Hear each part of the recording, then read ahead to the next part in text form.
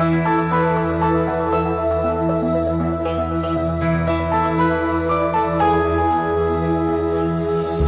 my name is Tim Sales. I'd like to first say that you're not going to see glitz here, so please don't expect it. I'm not an entertainer nor an actor.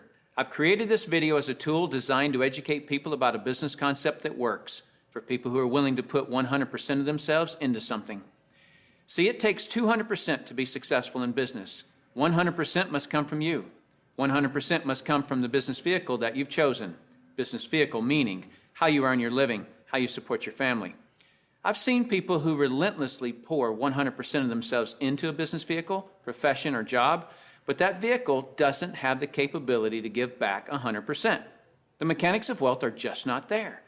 But no one has ever fully explained to you why it doesn't work and why it's a waste of your valuable time if your goal is financial success. This video is for the person who is willing to put in their 100%. They're only lacking the right business vehicle, the explanation of why it's right, and the evidence that it does in fact work. Even though I say you must put in 100%, that doesn't mean that you have to work it full time. I didn't. That doesn't mean you have to sacrifice your family time, nor does it mean you have to have prior experience. I didn't. What you'll learn right here has allowed me to build a $25 million company. Now, a $25 million company has certainly been done before. However, this was done where no employees were required. No accounts receivable, no accounts payable, no overhead, and very little inventory. Recently, I said those words to a business owner who said back to me, "Sounds too good to be true." My response back to him was, "Is that a good enough reason to stop looking?" He paused for a couple of seconds and he said, "That wouldn't be very smart, would it?" What I suggest you do is not just watch this information, but study it. What I want to do first is create an equal playing field between people who know how to evaluate a business and those who don't. Because me explaining this business wouldn't be very effective until you understand how to place value to a business. The simplest thing for someone to do when they don't understand something is to go, it doesn't work. The way I'll accomplish this equal playing field is to give you 4 main principles to look for in a business. Number 1 is a huge expanding market. If you were the best vinyl record producer in the world, would it matter today? No. It doesn't matter how good you are in an industry that's eroding. Number 2 is a unique and consumable product. I'll cover unique first. If you don't have a unique product, then you compete on price and convenience. Who has the best price? Who's closest to the customer? Yet if you have uniqueness, then people must come to you. Next is consumable. If you have a non-consumable product, you're basically unemployed until your next sell. You want the repeat sales of consumable products. Whether it's every time someone picks up the telephone, connects to the internet, renews a membership, turns on electricity, or gets to the bottom of a box or a bottle, you want those repeating commissions because it can pay you again and again. Number 3 is timing. Primarily here I'm talking about trends and timing. During all cycles of the economy, there are people who are making money and losing money. The makers are the ones in front of large trends. The losers disregard trends. How do you get in front of large trends? You study what creates them. Without any hesitation, in today's society, it's the baby boom generation that creates the largest trends. The baby boomers are a group of babies born between 1946 and 1964. There were 76 million of them born in the United States, 1 billion of them worldwide. Why is this group so talked about? They're 1/3 of the U.S. population and control 65% of all the money. I've likened the magnitude of all those babies to a basketball moving through a garden hose. They reshape every industry they go through. See, if you can predict where this basketball is going down the garden hose, you possess the ability to make fortunes. I want to give you some historical examples of the obvious buying patterns of these boomers. It started with a company called Gerber back in 1940, who were barely known. But by 1955, just 10 years after the boomers were born, they had sold 1.8 billion jars of strained baby food. As the boomers took their first steps, it was Buster Brown and Kenny Shoes. When the boomers went out to play, Mattel and Hasbro got rich providing toys to this young group. In 1957, we built more elementary schools in the U.S. in 1 year just to handle the overflow than we did in any 12-year period before or after. As the boomers went through their teens, Dairy Queen, McDonald's, Kentucky Fried Chicken became billion-dollar companies feeding the boomers. When the boomers moved through their 20s and 30s, which was in the mid-70s, what was the industry to be in? Real estate. Why? Because the boomers had heard from their parents one time too many, as long as you're living under my roof, you'll do as I say. So they wanted their own roof, which created a 15-year real estate boom. And people are still talking today about the great time frame to be in real estate. Then what happened to the real estate market in the late 80s? It began its decline. Why? The basketball had moved through the real estate industry. Another example of this is the U.S. stock market. Several years ago, I heard a stock market analyst speaking on the radio saying that he just couldn't believe the stock market had a 15-year rise. Notice the number 15 years keeps coming up. Anyone with a good understanding of the baby boomers could have seen this coming and profited from the recent stock market activity. Why does this 15-year number keep coming up? Because the baby boomers were born between 1946 and 1964. And so 18 years separates the front edge from the back edge. A very important number for you. If you look for trends on the front side of the basketball, you get the full 18 years for your products to be popular. That's the reason you study the nose of the basketball. So your business, no matter what your business is to be looking at what industries are expanding or which industries are about to expand. You shouldn't care how long you've been doing something or how long you've been in school to learn something. Are you in front of trends or not? Don't have a loyalty to something just because you've been educated in it or doing it for a long time. So looking at the current trends, we basically got 1 billion people who are in their 50s and 60s. Since that's the case, what business do you want to be in? Let's look at some obvious current and future trends. Health and looking younger are going to be tremendous trends. The boomers do not like what aging is doing to them. So products that fend off aging as well as vanity issues will continue to boom. Businesses that focus on retirement issues will do very well. The crux of it will start with the boomers having enough money to retire. Businesses that offer ways to make money will obviously flourish. Legal matters such as wills and estate planning will become large trends. Efficiencies will also grow. The television was too far away from the couch for the boomers, so they invented the remote control device. Today, they have their entire library of books and music in their cell phones. The boomers have always been enamored with technologies that make life easier. These technologies will actually create industries. For example, the computer created the need for antivirus software. The internet has created a need for identity theft protection and firewalls. But there will be many additional industries created by the computer and internet technologies. It is the computer plus the internet that made the iPod, iPad, and iPhone possible. As a side note, the baby boomers are not the only trendsetters. They are just the largest and have most of the money. As the world becomes one, the international market will play a big role, as well as the group born just after the baby boomers that are known as Generation X. But remember, the boomers control 65% of all the money. So when a bright Generation X person creates a great new product or service, they must make it simple enough that a baby boomer can understand it. Otherwise, that product will not reach mass acceptance. Those are some of the big trends. So if you want to be brilliantly compensated, you must focus on industries and companies that have positioned themselves in front of these trends. All right, let's move forward. Number 4 is leverage. I'm going to spend some time on this one because we're not really taught this in our society. We're taught to go get a good education, build a resume, and exchange our expertise for someone's dollars. The problem with that is if we're not exchanging our expertise, we're not making any dollars. So vacation time is costly. A walk around the golf course, costly.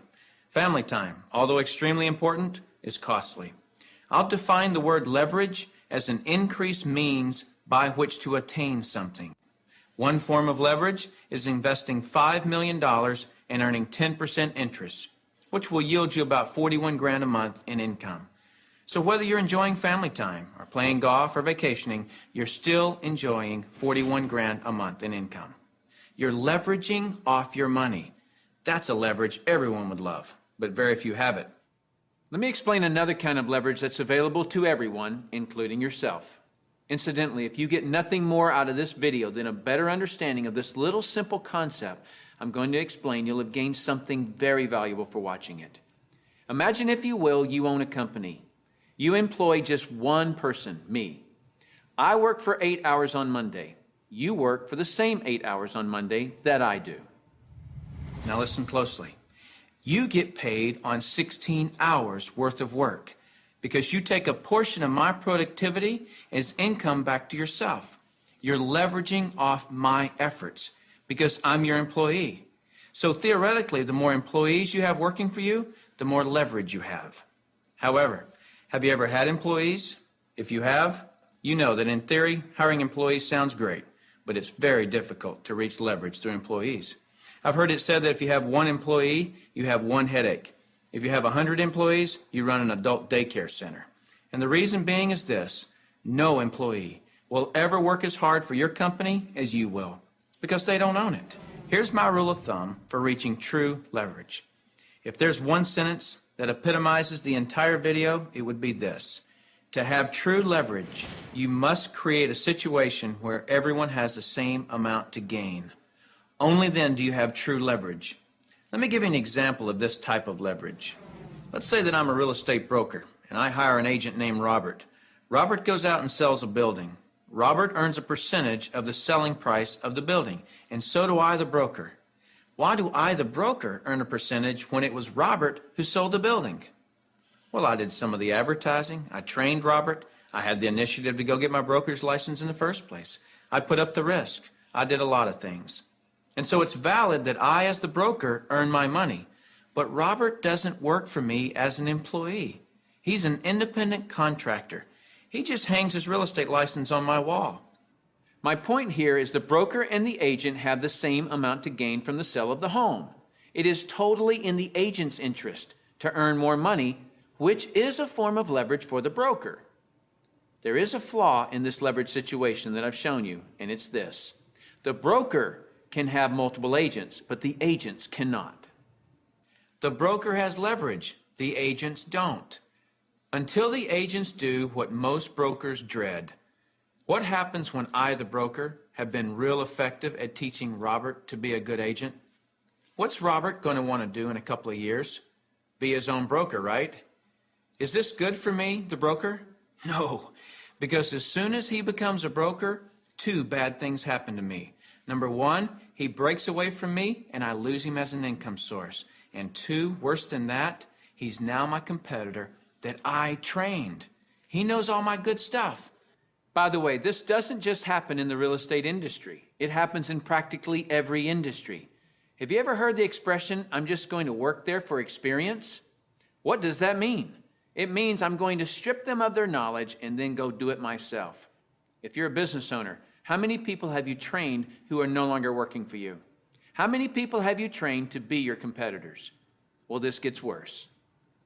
Let's say that Robert is now a broker right down the street. What will he do now that he's a broker? He'll go out and hire his own agents. And let's say one of those agents is Linda. Linda also eventually wants to be a broker. So she becomes a competitor to me that I indirectly trained, as well as Robert, who I directly trained. And this continues on and on. I actually created a chain of competitors that I trained. What if we did a whole paradigm shift? Here's where this becomes brilliant. Let's say instead I'm going to empower Robert to become a broker. I want him to become a broker from day one. See, the only way that you or I can retain a leader is provide him or her with the same opportunity for growth that we have. Hence, an opportunity where everyone has the same amount to gain. So from day one, I'm going to encourage Robert to be a broker. And when he does, he doesn't break away from me and become my competitor. He shifts from agent to broker, which now allows him to sponsor his own agents. Now, to create an incentive for me, the broker, to always help Robert and his agents, I'm still going to earn a percentage of what he and his agents sell. And shouldn't I? I trained him. I put up the risk and all those reasons I mentioned earlier. Now, the percentage I earn from Robert and his organization should be a lot smaller than when he was an agent, but I should still earn a percentage. That's my incentive to keep working with them. Now, some people look at this and say, gosh, isn't that one of those pyramids? And what's the perception of a pyramid? People at the top making all the money and the people down below do all the work, right? Isn't that the perception of a pyramid? Let me explain why this is not a pyramid and why people at the top don't necessarily make all the money. Let me just make a quick point before I discuss the pyramid issue. It's not the geometric shape that people have a problem with. This geometric shape is probably the shape of your family tree, the shape of our government. To the architect, it's the strongest structure known to man. Every organizational structure in the world is this shape. So the shape isn't the problem. However, that perception, people at the top earn all the money, let me illustrate that for you. Here's a typical corporation. At the top, you have a CEO, which stands for Chief Executive Officer. Does the president earn more money than the CEO? Not normally. How about below the president? Do any of the vice presidents earn more money than the president? No. Let me ask this question, and I want you to really think about it. What would happen if some of the vice presidents of a corporation made more money than the president? Really, what would happen? Talk about total confusion. This whole process is called delegation. Each level of the corporation earns less income. The reason the president can tell the vice president what to do is because they make more money. So the corporate structure is people at the top making the majority of the money, and the people at the bottom do not. The CEO of any corporation earns off the productivity of, or is leveraged off of, everyone in his or her corporation. Whether that CEO personally hired every employee or someone else in the company hires them. So the CEO, and only the CEO, earns on multiple levels of his or her company. And the model that I'm suggesting as being brilliant is where you, the individual, are given that same opportunity to earn on multiple levels of brokers and agents, just as the CEO of a corporation is. From here on, I'll refer to this form of marketing as network marketing. In network marketing, you, the individual, are given the opportunity to earn off the productivity of the people in your organization, whether you personally sponsor them or someone in your organization sponsors them. Remember that I said to reach true leverage, you must create a situation where everyone has the same amount to gain. Well, that's what I just described. Here's what makes the network marketing structure the absolute fairest structure available. In most network marketing companies, everyone can earn a certain number of levels deep of the organization they build. Everyone in the company can earn that same number of levels deep, like maybe 4 levels deep or 6 levels deep. Let's say we use 4 levels. So if you build an organization to be more productive, then you would earn more money than I would, even if you were in my organization. In the example shown, you would earn on 3 levels I couldn't reach, because everyone gets the same number of levels. There are people in my organization right now that earn more money than I do. Do you know what I call that? Fair. Shouldn't it be that way? I mean, take any structure. Shouldn't the most productive person in that structure make the most money? Now I'd like to show you an interview that I did a few years ago with Dr. Charles King, who holds a PhD from Harvard and is a professor of marketing at the University of Illinois at Chicago, who actually teaches network marketing at the university. Dr. King, we're delighted to have you here. I'm pleased to be here, Tim. Dr. King, could you tell us a little of your education and your business background? Tim, I'm a professor of marketing at the University of Illinois at Chicago. I got my bachelor's and master's degrees from the University of Texas in Austin, spent a tour of duty with the Exxon Corporation, and then returned to get my doctorate in business administration from Harvard University. More important to this discussion, over the last 6 years, I've been involved in doing research, teaching, and consulting in network marketing. So coming from such a conservative school, and I know you a little bit, and I know you to be very conservative, what caused you to look at network marketing to begin with? In 1990, we had a major economic recession in the United States. The Midwest and Chicago particularly were very badly hit. As a result, the interviewers stopped coming to campus. We were graduating hundreds of students a semester, and they weren't getting jobs. Our alumni were coming back to us, losing their jobs, looking for help, and we had nothing to offer them. Now, I started looking, because of my background in business consulting, at alternative career paths. I went out and I looked at starting your own business, at home-based businesses. I looked at franchising. I looked at direct selling. And in the direct selling arena, I backed into network marketing. Now, I was very cynical, skeptical. Tim, I was negative about network marketing. They don't teach network marketing at the Harvard Business School, and I didn't know much about it. The end result was one of my students who was on the team asked me, "Why are you so negative about network marketing?" I looked at that young man and I said, son, I know enough to know I don't want to know any more. That student looked at me and he said, Professor, if I gave you that answer to that question with no more information than you have, you would give me an F. I turned to him and I said, son, you're absolutely right. I have no basis for that conclusion. You just made an A. As a result, we went to the library, we went to meetings, and for the next 6 months, we did due diligence on the network marketing industry. I visited the top companies, I talked to network marketing leaders, I became an evangelist. In 1990-91, we started teaching network marketing in the marketing curriculum at the university. Suppose you run across the super skeptic. What advice do you have for them? Tim, I would recommend they do precisely what I did. I was a super skeptic. I did my due diligence, I investigated the industry, and I drew my own conclusions. I strongly recommend that you do your due diligence and then begin to define precisely what role you want to play in the network marketing industry. Set realistic expectations. If there's a single cause for failure in this industry, it's the get-rich-quick syndrome, thinking that you can come into the industry and make enormous sums of money with no work.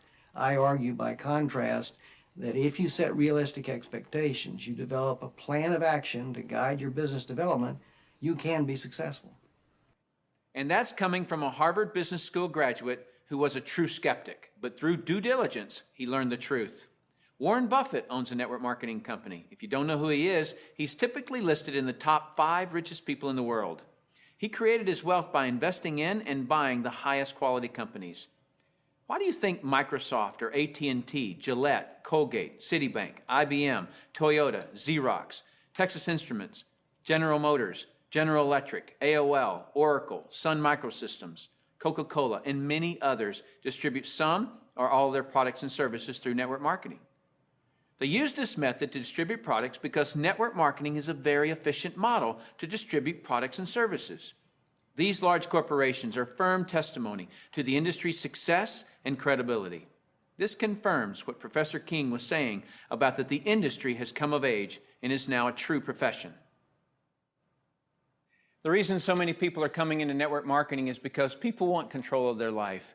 They want a quality of life, and network marketing truly offers that. I hear people all the time complaining that they are too busy or don't have enough time. People act as though time owns them instead of them owning time. Have you ever noticed that there are people who, with 24 hours, earn $10,000 a year? And there are people in the same 24 hours who earn $10 million a year? Let me explain the difference. I've heard people say this phrase, "It's easier to just do it myself than try to get other people to do it." Whenever I hear that phrase, I know that person just nailed their feet to the floor. All they can do is expend their time, not invest their time. Here's a secret. Wealth is hidden from those who must do it all themselves. Wealth exposes itself to those patient enough to train others. When you understand the power of educating and empowering others so that you get more done, you're truly on your way to wealth.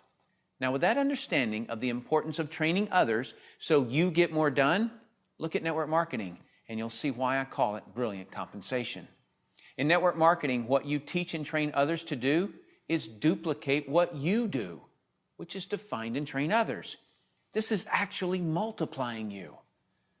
That's why I say, next to your spiritual growth and your family, there is nothing in the world you can do that will reward you better than investing your time in network marketing. I'd like to cover one last thing in closing, which I feel is one of the most important points for you to fully understand the value of network marketing. Let me illustrate something to you that is so profound. What's the maximum number of hours you could work in a day? 24 hours, right? So if you didn't sleep all day, you could work 24 straight hours. What if you didn't sleep for a whole year? You could actually work 8,760 hours in 1 year. But that's the maximum number of hours you could work in a year. I have 56,000 people in my organization worldwide. Well, let's suppose that all 56,000 people work just 1 hour out of a year. 56,000 people times 1 hour each equals 56,000 hours of work that I'm being paid on. Well, for most people, to earn on 56,000 hours of work, they'd have to work for over 6 years, 24 hours a day without sleep to put in the same amount of hours that I could in 1 hour a year. Let me throw in something really ridiculous. Suppose all my 56,000 people worked 1 8-hour day in a year. 56,000 people times 8 hours is 448,000 hours I'm being paid on. Well, it would take most people working over 51 years, 24 hours a day, to do what I could do in 8 hours a year. 8 hours in 1 year versus 51 years working 24 hours a day? Doesn't seem fair, does it? It's definitely not fair. What's not fair is that you haven't understood this until today, and other people have. But now that you understand it, take responsibility for it. Don't go running and try to create reasons why you can't do this. You can do this. I don't say any of this to impress you. I don't need to impress you. This is an educational-only video. My purpose in creating this tool is to contribute back to that woodpile that so generously gave to me. Because network marketing has given me a lifestyle I previously couldn't have imagined. And because network marketing has given me total financial and time freedom, I feel it my responsibility to explain the industry in an understandable way. So I say all of this only to impress upon you that the difference between the wealthy and everyone else is leverage. You've got to understand that. And nothing gives you, the individual, leverage in such an ethical way like network marketing can. So go get a pad of paper, write down what you really want in life. Then call the person who gave you this video and tell them whether you're an A, B, or C. C is see you later. No thanks. That's fine with us because your relationship with the person who gave you this video is more important to us than anything. Or you're a B. A B is I may be. I want to first explore the product. If that's you, then do that. Don't procrastinate. The #1 killer of financial success is procrastination. People just putting it off until tomorrow, and they've somehow convinced themselves that they'll actually do it tomorrow. You know what I'm talking about. As soon as I'm done with this project, then I'll have more time. Or as soon as little Jimmy gets back to school, then I can, and they never do. If a person has an excuse, they have all they need to fail. Don't let that be you. Get your product today. Or you're an A, and that means absolutely. No, you don't have all your questions answered, but you see enough to start and begin your training. Very well done to you in your ability to make a decision. If it's late at night and you just watch this, don't be concerned that the person who gave this to you is sleeping right now. They'll be up. And if they're not, wake them up. Tell them, hey, now that I understand this thing, I can't sleep. And if I can't sleep, you're not going to sleep. Believe me, they'll appreciate that call. So call that person and tell them whether you're an A, B, or C. That's it. Join us. You'll be glad you did. Now is the right time, the smart time. Thank you for taking the time to view this video. I hope it's been educational to you. What I really hope is that you'll put this information to good use. Next, you'll see some common questions that you can interact with. I look forward to working with you, should our paths cross. I'm Tim Sales.